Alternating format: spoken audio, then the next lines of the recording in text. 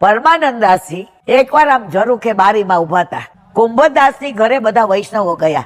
કુંભદાસ, અમને કઈક આ સવાલનો જવાબ પૂછવો છે, તમે કહેશો?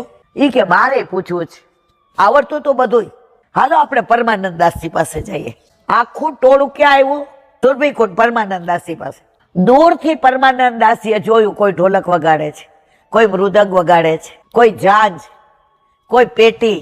જેવી દ્રષ્ટિ કરી તો કોઈના હૃદયમાં ઠાકોરજી રાસલીલા કરતા હતા, કોઈના હૃદયમાં માખણ ચોરી લીલા કરતા હતા, કોઈના હૃદયમાં પનિહારી લીલા કર. જેટલા વૈષ્ણવ હતા એ બધાના હૃદયમાં પરમાનંદાસજીને જે જુદી જુદી લીલાના દર્શન થયા.